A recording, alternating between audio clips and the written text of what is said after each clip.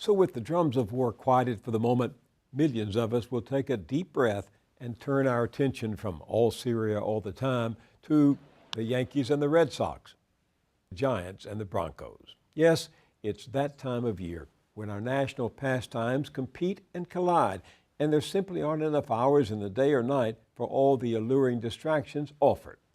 The weekend's so packed with games, it's hard to keep up with who's on first and who's been knocked flat on their backs, or to be a bit more cynical, who's on steroids and who's being carried unconscious to the locker room. Which is why I've asked Dave Zirin to help us keep score. He's been called the best sports writer in the United States, the reporter who, you may remember, challenged the president of Bridgestone Firestone on whether his product should be the official tire sponsor of the Super Bowl while the company was fighting a lawsuit for allegedly using child labor in Liberia. Zirin's the first sports writer in the long history of The Nation magazine. He hosts Sirius XM Radio's popular show Edge of Sports, and he's written several provocative, even scathing books on sports and society, including Bad Sports, How Owners Are Ruining the Games We Love, and this is most recent, Game Over, How Politics Has Turned the Sports World Upside Down. Oh yes, Utley Reader named Dave Zirin one of the 50 visionaries who are changing the world. Welcome to the show. Oh, it's great to be here. You go back a long way with your chronicling of sports. How did sports grow? Oh, I mean, I grew up in New York City, just an absolute sports freak. I mean, I memorized statistics. I followed all those great New York City teams in the 80s, Mets, Knicks. Unbelievable. My room was a shrine to these people. I mean, folks like Darryl Strawberry, Keith Hernandez, Lawrence Taylor. And I never really thought about or cared about politics very much. And that really changed for me in 1996 when I was in college in Minnesota. At the time, there was a player for the Denver Nuggets named Mahmoud Abdul-Rauf who made the decision to not go out for the national anthem before games. And because he said he felt like it violated his religious principles, and he didn't believe that there should be a conflation of sports and, as he put it, paying worship to a flag. And so a reporter got wind of it and went to him and said, what are you doing? Don't you realize that that flag is a symbol of freedom and democracy throughout the world? And Rauf said, well, it may be a symbol of freedom and democracy to some, but it's a symbol of oppression and tyranny to others. Now, when he said this, the sports world just blew up. I mean, ESPN was like, Rauf spits on the flag, booyah, dan-an-it, dan-an-it. And everybody was crowding around and watching this. And I remember seeing one of the talking heads say, well, Rauf must see himself as an athlete activist, you know, like Muhammad Ali or Billie Jean King. And I'll never forget watching that and thinking to myself, athlete activist? What the heck is that? I thought I was this huge sports fan and memorizing all the stats. It seems like there's this whole world that I didn't know existed. And so I went to the library. I started reading a lot of old articles, started digging in the crates, reading old biographies, found a book co-written by Taylor Branch, actually, called Second Wind. It's one of Bill Russell's books. And it opened this world to me. And so I started to think to myself, okay, if this applies to the past, how does it apply to the present? And how does sports shape our political lives today? And you really made a beat for yourself out of focusing on the ground between politics and sports. Well, it's such a rich vein because, I mean, on a given week, it's never what am I going to write about, it's what am I not going to write about. Because there's always so much happening in the world of sports, and there's always so many different ways in which sports not just reflects our lives, but actually shapes our lives. I mean, it shapes our understanding of things like racism, sexism, homophobia. It shapes our understanding of our country. It shapes our understanding of corporations and what's happening to our cities. I mean, in so many different ways, sports stories are stories of American life in the 21st century. I know you've seen Bill Siegel's new documentary on the trials of Muhammad Ali. What do you think about it? It's absolutely brilliant. Look, I have seen every Muhammad Ali documentary, and this is by far the best one I've ever seen, for a couple of reasons. First and foremost, there's about an hour of footage in there that I've never seen before. all this incredible footage of Muhammad Ali speaking on college campuses in 1968, speaking out with incredible eloquence against the war in Vietnam.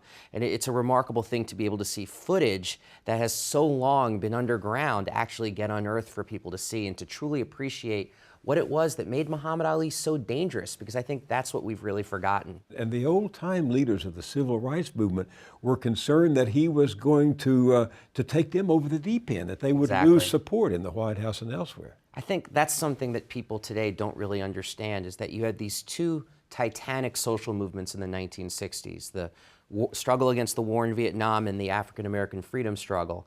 And then here you have the most famous athlete on earth with one foot in both. No, I will not go 10,000 miles from here to help murder and kill another poor people simply to continue the domination of white slave masters over the darker people of the earth. Mr. Muhammad Ali has just refused to be inducted into the United States Armed Forces. Notification of his refusal is being made to the United States Attorney and the local Selective Service Board for whatever action deemed to be appropriate. So he's transgressive on all these different levels.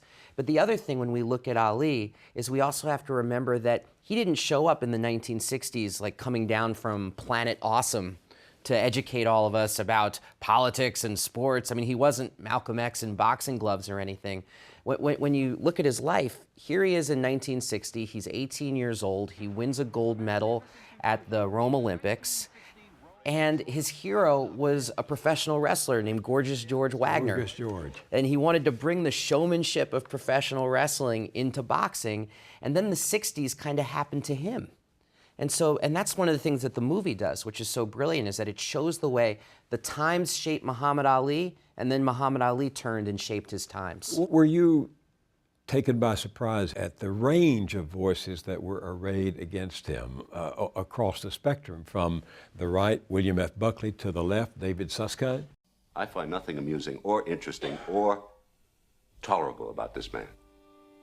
He's a disgrace to his country, his race, and what he laughingly describes as his profession. He is a convicted felon in the United States. He has been found guilty. He is out on bail. He will inevitably go to prison, as well he should. He's a simplistic fool and a pawn. That's the part that I think people don't know today and don't understand today, because we've done to Muhammad Ali what we've done to Martin Luther King, is we've turned them into these kind of harmless icons who live above the fray of messy politics. And so just like we don't learn about the Martin Luther King who spoke out against inequality and spoke for government intervention to solve social ills, things that would make him, of course, politically controversial today, we don't talk about the Muhammad Ali who said things like, "The real enemy of my people is here. I am not going to speak out against people in Vietnam who are fighting for their own liberation, while here at home, my own people in Louisville are treated like dogs." You've been drawn and written about Martin Luther King and sports. How did you come to that? Well, it was a fascinating thing in reading biographies of Dr. Martin Luther King, particularly the magisterial work of Taylor Branch, and then reading some sports biographies about athletes in the 1960s, how much overlap there is and how much connection there is, the way that Martin Luther King was somebody who just kept a close eye about what was happening in the world of sports. I think Dr. King was greatly influenced by Jackie Robinson and Jackie Robinson's breaking of baseball's color barrier in 1947. And years later, he said of Jackie Robinson, he was a sit-inner before sit-ins. He was a freedom rider before freedom rides. And he got how important Jackie Robinson was to the struggle. He got that you couldn't talk about the civil rights movement without talking about Robinson. And so because of that, and because I think of a sense in Dr. King that, the arc of history bends towards justice, that when there was an athlete speaking out, he never said that person needs to just shut up and play. So when his closest advisors, like, for example, Roy Wilkins, spoke out incredibly harshly against Muhammad Ali, Dr. King was someone who would not do that and would actually exchange private conversations, and they even appeared together in public at a rally in Louisville for fair housing.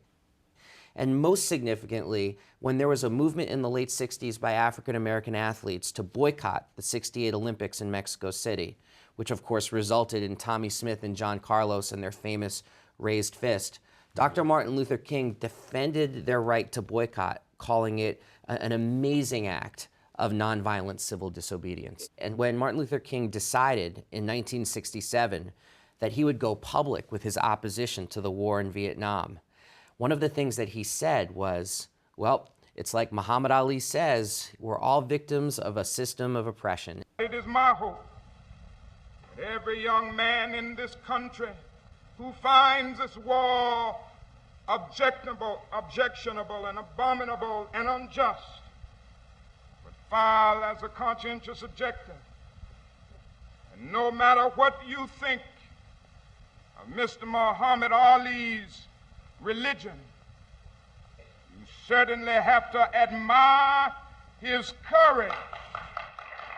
And so what you had there was Martin Luther King drawing upon the experience of Muhammad Ali as a way to defend his own position, which at the time was extremely unpopular. So I always found that incredibly fascinating, that here's Martin Luther King, his own advisors are telling him, don't stand against the war in Vietnam, keep your focus on domestic issues. And not only does King take that risk, but he mentions Muhammad Ali's name. He mentions the name of a boxer as a way to justify it. And I would encourage people today to really think about, imagine if a similar figure referenced LeBron James to say why they were taking a political stand. I mean, it says something about the kind of stature that Muhammad Ali had. Is there a sports giant today who is speaking to issues of social justice the way Muhammad Ali did? Well, the main issue is, are there movements in the streets? Because when there are movements off the playing field, they reflect on the playing field. So in the last couple of years, we've seen things like the entire Miami Heat team with LeBron James and Dwayne Wade, their superstars in the lead, all wearing hoods in protest of, at the time, at the fact that George Zimmerman had not been arrested for the shooting of Trayvon Martin. And many athletes like Carmelo Anthony of the New York Knicks, he was very vocal about that as well.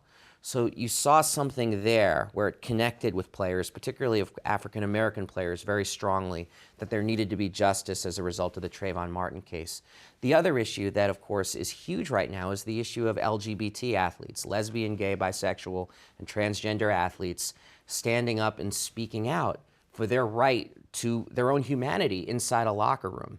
Now, historically, a locker room it's been called the last closet, like an incredible bastion of homophobia. I mean, this goes back to Theodore Roosevelt, who encouraged young boys to play tackle football and said if they didn't, they were sissies. So, and that, he popularized that phrase, the sissy, and it was a way of differentiating, are you going to be a leader? Are you going to be tough? Are you going to lead the new American century and play football? Or are you going to be a sissy? And for women who wanted to play sports, you had a similar dynamic where, wait a minute, what does it say about you that you want these so-called male attributes like leadership and strength and, you know, physical daring? Like, what does it say about you? Well, there must be something wrong with you. You must be a lesbian, or they would say all kinds of things about women who wanted to play sports.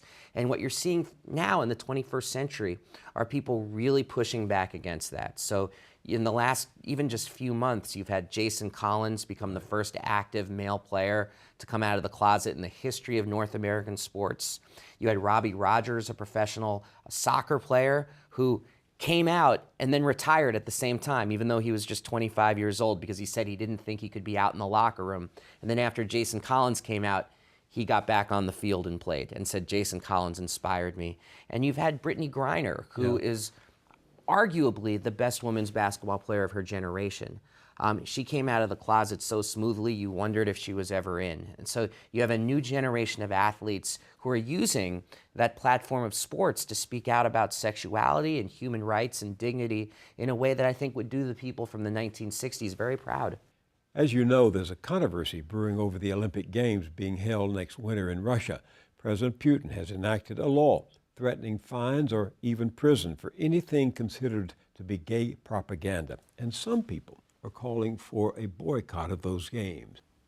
I don't think that the United States should boycott, even though I'm horrified by not just the laws, but some of the attendant violence that's taking place in Russia against the LGBT community and even their allies and supporters. I'm not for a boycott because I think, first of all, the athletes themselves are going to be primed to go over there and make a statement when they're in Russia. And I think that history shows that has a profoundly more powerful effect on the political culture than if you just stay home. I had the great fortune of doing a book with John Carlos, and I asked what he thought about the Russia Olympics. And I said, should people go over there and protest or should they stay home? And he said, well, if I'd stayed home, no one would ever have heard what I had to say. And who would remember that I stayed home today? But people remember that I went and I said my piece. So I think you got to give people the chance to say their piece. But it's still very difficult for them, isn't it? Yeah, absolutely. And I think there are two big reasons why it's so difficult in the world of sports. The first reason is, of course, that people want sports to be as apolitical as possible because it's escape. You know, people just want to sit back, relax, and enjoy the game. And it is. And yes. Don't you go to games for escapism, or are you always looking at what this means that we're not seeing? Oh, no, I like the escapism too. But it's a little hard to go see the Mets and be sitting in a place called Citi Field named after a bank that was paid for by billions in public dollars and not think to yourself, yeah, I think there's some political things maybe going on here that we should pay attention to. But also, I think owners tend to be politically on the right wing of the spectrum. And it's when they say, and when a lot of their friends in the sports media say, sports and politics shouldn't mix, what they're really saying is sports and a certain kind of politics shouldn't mix. Because when it comes to the politics of things like militarism and corporatism, those politics are blaring at a typical game. But when it comes to a player actually trying to use their hyper-exalted, brought to you by Nike platform to say something about the world in which they live, well, that can be, as you said, there can be not a very graceful response to that. You mentioned the historian Taylor Branch. He wrote that magnificent series on the history of the civil rights movement. He said not too long ago that college sports in particular still reeks with the whiff of the plantation. Right. You think that's true? Oh, absolutely. I mean, you know, the first person who I could find who made that analysis of calling college sports a plantation was a man named Walter Byers. Walter Byers headed the NCAA from 1951 to 1988.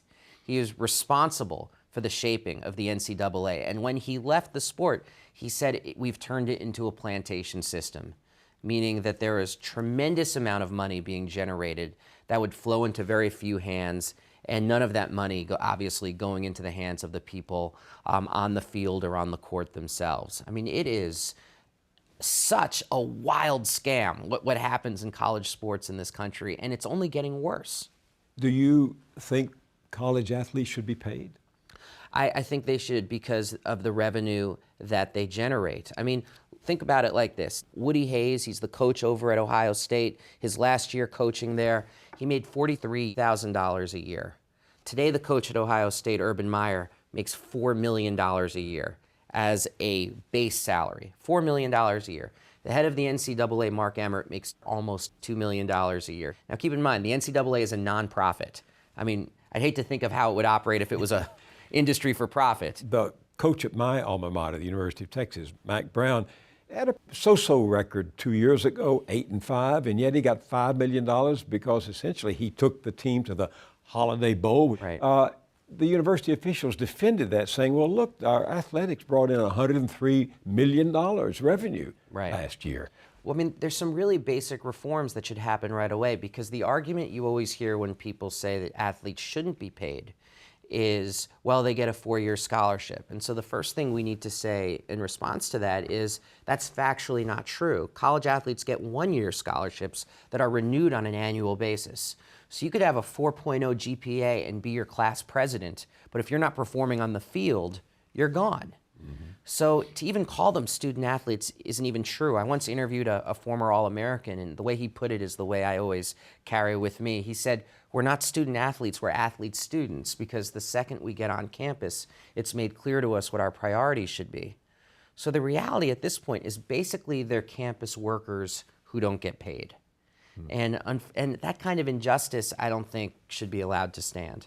What would you do about college football in particular? If I could wave a magic wand, I would absolutely de-link these kinds of sports from a university setting. And I would say, It look, wouldn't be the University of Texas Longhorns? I'm sorry, but I said magic wand. This is just the magic wand. I have a feeling I wouldn't get very far in Texas with this argument. But you might get into the state, I wouldn't but get not into out. the States. But this is the point, though, is that W.E.B. Du Bois wrote about this 100 years ago, about the way that he felt like football was distorting or as he put it, king football was distorting the atmosphere at Yale University. And it's actually quaint what he wrote. He said, the football budget is 7 times the classics budget. And you're just like, oh, just 7 times, my goodness. And so you fast forward to today, I would want the NFL with all its billions to pony up for its own minor league. I would want the NBA to do the same, because it really shouldn't shock us that sports that draw the most heavily on people of color are also the sports that put them in a completely disempowered position where they're training for these professional leagues without getting a dime in their pockets. So if we could de-link them, I absolutely would. We're not going to. I get how deep this is in the vein of the culture. So I think a much more sane approach is, first and foremost, if players can make money off their individual image, they should be free to do so. I mean, there's something obscene about a college player who boosters are paying literally $20,000 to have dinner with, but they don't get anything from that. Or they sign 1 million things and they each get sold and the money goes to the university, but not even a little bit of it goes to them. But I think a much more sane thing would be to put caps on coaches' salaries, caps on assistant coaches' salaries. I mean, would it really be so terrible if Mac Brown made $1 million a year instead of $5 or $6 million a year? I mean, would the talent pool for people who want to coach really dry up? I don't think so. That money could then go to a stipend for all people who play sports, male or female. And there is, I mean, this has been worked out that there's totally enough money in the system to make this happen, especially if colleges give up their addiction to stadium funding. I mean, at Texas A&M, where this kid, Johnny Manziel, the Heisman Trophy winner, is in so much trouble for allegedly taking a couple of grand for signing autographs, they're about to open up $450 million in renovations on their foot, and they said they want it to be a megaphone to the world. That's how it was described by the athletic director. And so they want it to be a megaphone, but the person who's actually been yelling through the megaphone so everybody knows about Texas A&M, Johnny Manziel, doesn't see anything of that.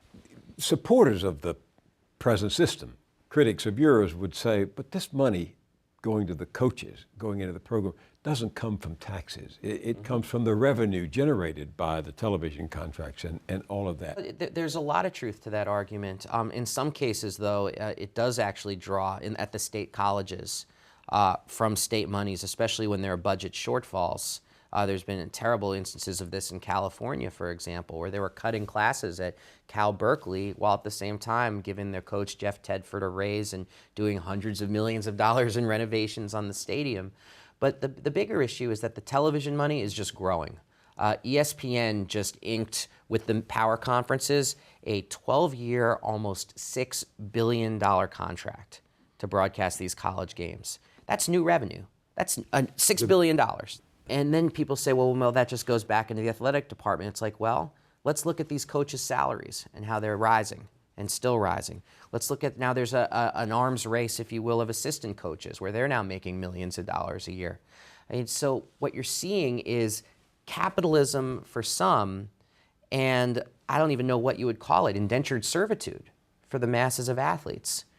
And the concern is that a lot of these schools are becoming sports franchises where people happen to go to classes in between games.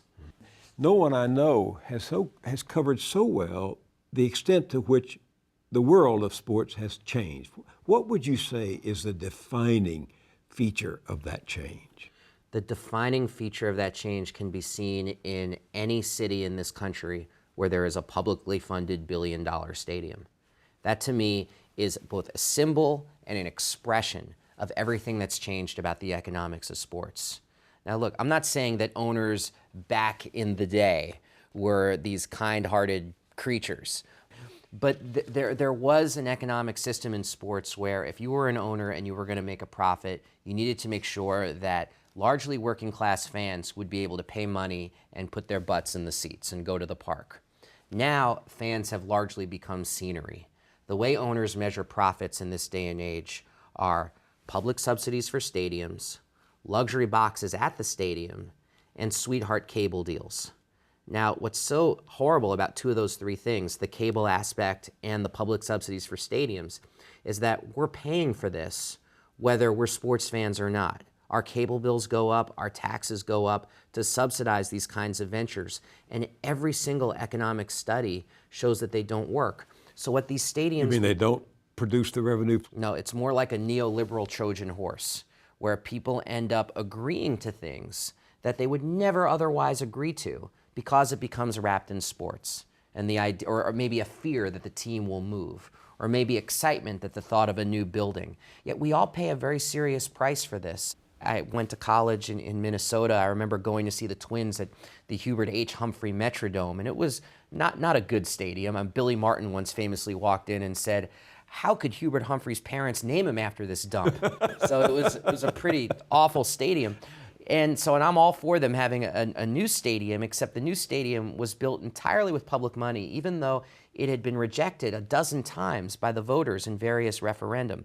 But the owner, Carl Pohlad, who's the richest owner in Major League Sports at the time, he devoted, and this is without exaggeration, the last 25 years of his life, from age 72 to 97, to lobbying to get this new stadium. That was his dream. And the very week they were going to break ground on the new stadium, the bridge collapsed in Minneapolis, sending about a dozen people to their deaths. 5-minute walk from where I live in D.C., the Metro went off the rails the year after the new Washington Nationals billion-dollar stadium opened. So people have to realize, whether you're a sports fan or not, very real choices get made about the limited amount of public infrastructure dollars that we have. And if they don't get spent on infrastructure that safeguards our basic safety, then we all pay a price for that. What's the hold these billionaire owners have over the city fathers and sometimes city mothers of a place like Detroit? You saw the headlines in Detroit recently. One day the headline says city declares bankruptcy. The next day the headline says multi-million-dollar new arena. Detroit Red Wings, over $400 million for a new hockey stadium, the same week that they talk about Detroit declaring bankruptcy. First and foremost, it's not being built for Detroit. It's being built for a gentleman named Mike Ilitch, founder of Little Caesars Pizza. The man is in his 80s. He's worth $2.7 billion. And he's getting over $400 million on public money for a $650 million arena. This was signed off on by Rick Snyder, the same governor who enacted the anti-labor laws that are in Michigan that caused so much controversy last year, and making it a right-to-work state. Well, he says this is a rebuilding project. They're doing it for jobs. What a wonderful opportunity to see excitement, and this will have a big multiplier effect in terms of additional development in that whole area of Detroit. So it's a good win for Detroit. Yeah, once again, it's like, what kind of jobs are you creating, and could that money be used for different kinds of jobs in Detroit? Detroit is a place you leave, not a place you settle. You need to have real jobs that create a real tax base that could fund real schools that actually work. And you got to keep the street lights on, and you got to have garbage collection. And first of all, the kinds of jobs that it creates, it doesn't produce tax revenue. It produces revenue for Mike Ilitch, which he can then hide and not pay. But it doesn't produce tax revenue for the people who actually have to live in Detroit after that. So what's your intuition, if not your evidence, for how that happened? Well, I do have a lot of evidence on this one, because fortunately the public records are good on this stuff. And this is about Mike Ilitch having a lobbying wing at the Michigan Capitol and having the ear of Rick Snyder. Mike Ilitch... The governor. Yes. Mike Ilitch wanted a new arena, the same way the Steinbrenners wanted a new Yankee Stadium, the same way in this town Fred Wilpon, even though we didn't know it at the time, but he was borrowing money on the new Mets Stadium, Citi Field, and giving it to his best friend, who happened to be named Bernie Madoff, to invest it for him. And that's the part of it that just boggles my mind, especially as someone who grew up a Mets fan, the idea that sports can be used as a kind of economic shell game for people in power. And I think that really is how it happens, because there's an agenda at the top of society that wants corporate welfare. That's a huge part of that kind of 1% agenda. And sports is a way to do that without arousing the kind of ire that otherwise might exist. You've said that what's happened to sports in the last 30 years was actually preparing the public psyche. Yeah. For what? I think for the Wall Street bailout more than anything else. I mean, if you think about the $1 trillion of public money that went to bailing out Wall Street after the 2008 financial crisis, and the terms of that bailout as well, asking nothing of Wall Street, prosecuting nobody, and preparing people for this idea that says the role of public spending is really to bail out private capital. And that's the way our society is going to work. Money will flow up. We have a trickle-up economic program in this country. So instead of a more classical economic model that says if you get money in the hands of working people, they will spend that money, and that will stimulate more demand and make the economy grow. The other model is now it's a finance model that says get as much money as possible in the hands of big business. And that's going to be the basis of our economy, even though it's going to, in an incredible sense, be like inequality on steroids. Now, I think the way that sports has operated over the last, particularly in the go-go 1990s when the economy was growing, starting really in Camden Yards in Baltimore, you had this preparing of the public psyche to say, you know what the role of public money should be? To give it to private capital so they can build these stadiums. So what do we do about this? Well, I think one of the things that's exciting about this moment right here, right now, is that you have examples in places like Brazil of people standing up.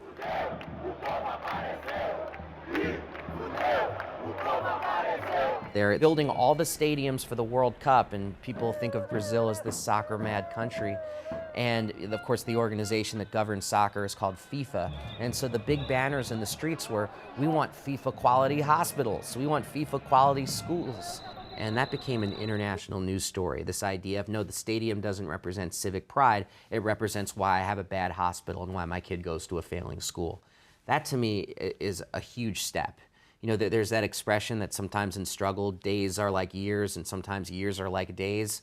Like what was happening in Brazil was like years of work happening in a matter of days. Right. And so the argument is now an easier one to make with people. The second thing that's encouraging is just popular opinion. I mean, it used to be they would do these sort of showcase referenda for new stadiums and whatnot. They don't do the referendums anymore. The former mayor here, Rudolph Giuliani, was asked why there wasn't a referendum for the new Yankee Stadium, and he said, well, if we have a referendum, we'll lose, which was about as honest as you can get. So it starts with education, it starts with public awareness, and I think— And anger, doesn't it? I mean, in Brazil, you could watch the people protesting the inequities brought on by the spending for the World Cup facilities, and they're saying, we're mad as hell and we're not going to take it anymore. Yeah, that's what we are going to need, a lot of that in this country. And I think we need to actually organize with sports fans and say, okay, you love sports, but do you really want to feel like you're subsidizing the person who owns this team? Does that seem right to you? And go to unions and say, okay, you think there's union labor in building this stadium and that's why you support this project, but what happens when it's done? And then your kids are working for $8 an hour and the only way you'll ever go into this stadium is if you're selling beer. Here we are at the convergence of two sports seasons that always get fans excited, me included. The opening of football and the fall drive in baseball toward the World Series. We will win. The road to October starts here. But then you have a controversy like Alex Rodriguez, Sure. A-Rod. With a 211-game suspension hanging over his head that he is going to appeal, Alex Rodriguez about to take his first at-bat of the season. A-Rod appealing his suspension for cheating. He used performance-enhancing drugs that he and other players got from that anti-aging clinic in Florida, Biogenesis. Talk about A-Rod. Oh yeah, I mean, it's so interesting because on so many levels, I think Alex Rodriguez, there's a lot about him that's very loathsome. I live 10 minutes away from a horrific slum with mold and ventilation problems and rats. Alex Rodriguez owns the slum. It's called Newport Ventures, and this has become a big local story in Washington, D.C., that Alex Rodriguez owns this horrific building. I mean, so the guy has made $350 million in his career. He's loathsome on a lot of levels in terms of how he uses his money and how he uses his fame. But at the same time, all of that being said, what Major League Baseball is doing in terms of attacking him is precisely because he is such low-hanging fruit in that regard. Like, he's not going to get a lot of defenders. But the part of the A-Rod story which I think needs to be talked about more is less about Alex Rodriguez and more about the other players who were pinched in this biogenesis case. But if you take Alex Rodriguez out of the picture, all the players who were just disciplined in the last couple of weeks, they all came through baseball's Dominican Republic pipeline.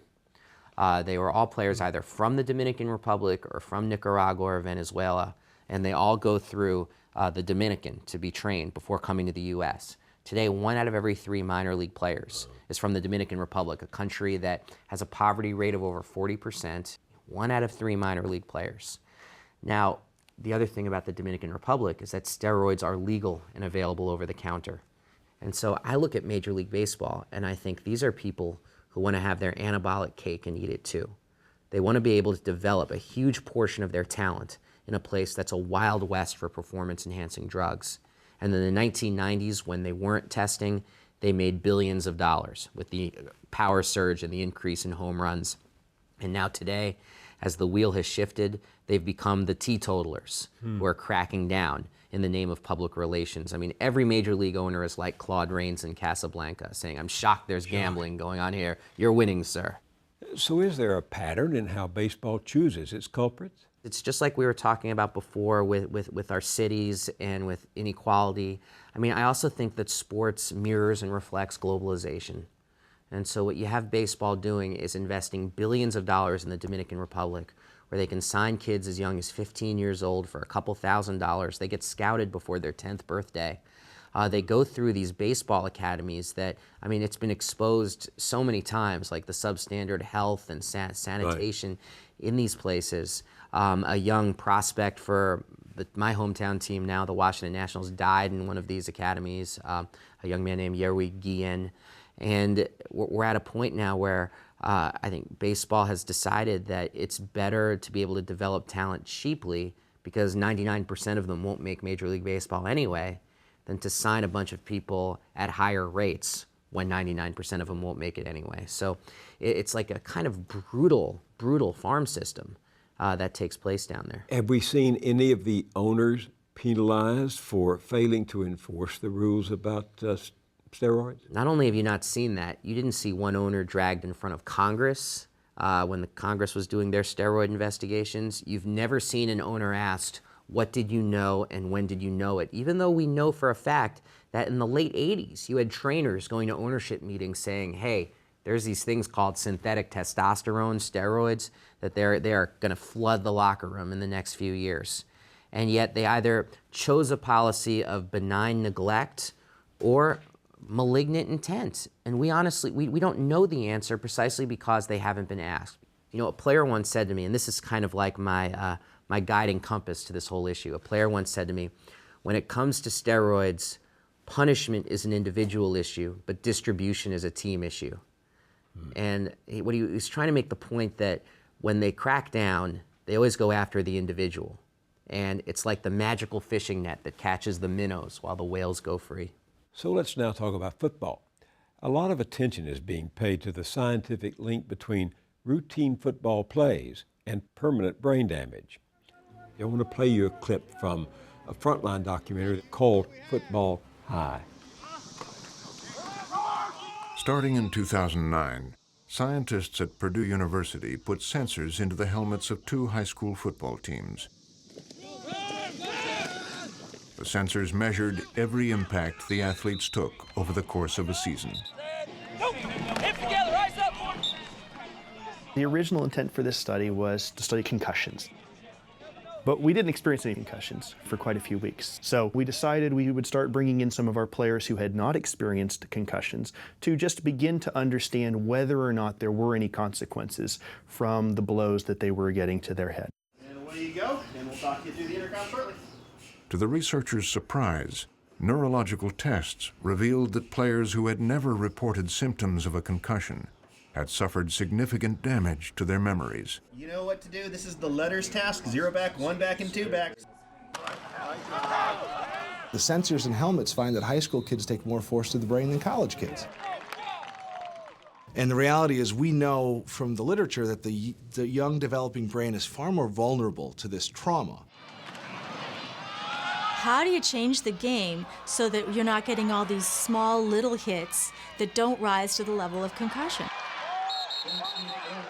That's sort of the nature of the game. That's how it's being played.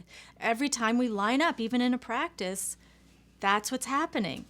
So we're going to have to make dramatic changes, or we don't change the face of this disease. Do you see those changes coming, given the fact that football is so deeply embedded, as you have written and said, in the psyche of America? We love the violent sport. There will be changes, and people need to recognize that they will be almost entirely cosmetic. I think what we have to accept as a society, as a football-loving society, is that football is a lot like a cigarette. You can give it a bigger filter, you can tell people it has less tar, but no one has invented a safe cigarette. You don't think better helmets will work? Horribly, some of the studies show that better helmets can make things actually more damaging, because it's harder to detect when you're actually hurt, when you actually get your so-called, your bell rung, as they used to say, because it becomes the sort of thing where your brain is banging against your skull, which is banging against the sides of the helmet. And because there are less exterior injuries, which might be a telltale sign, you don't see them. So it actually becomes worse and more dangerous. That's the scary thing about this. I mean, what we know now is that you don't need a diagnosis of a concussion to have a concussion. Yeah. I mean, these subconcussive hits are actually more dangerous. I mean, I think we're so attuned to thinking that the danger of football is some 6'4", 250-pound linebacker running at 4.5 speed and knocking your block off. But that's not the danger. It's the mundane, daily knocking into the next person. That's where the danger is. I have been a football fan all my life because I love the surprise of it, the Hail Mary pass that's in the air, the beauty of the last-minute tackle. But the beauty and the surprise seem to be less compelling to me, given these reports on concussions and given the suicides of several professional football players. Yeah, Junior Seau, who played 20 years and was not diagnosed with a concussion once. Dave Doerson, who took his own life by shooting himself in the heart just so his brain could be studied. And Junior Seau also took his own life by shooting himself in the heart.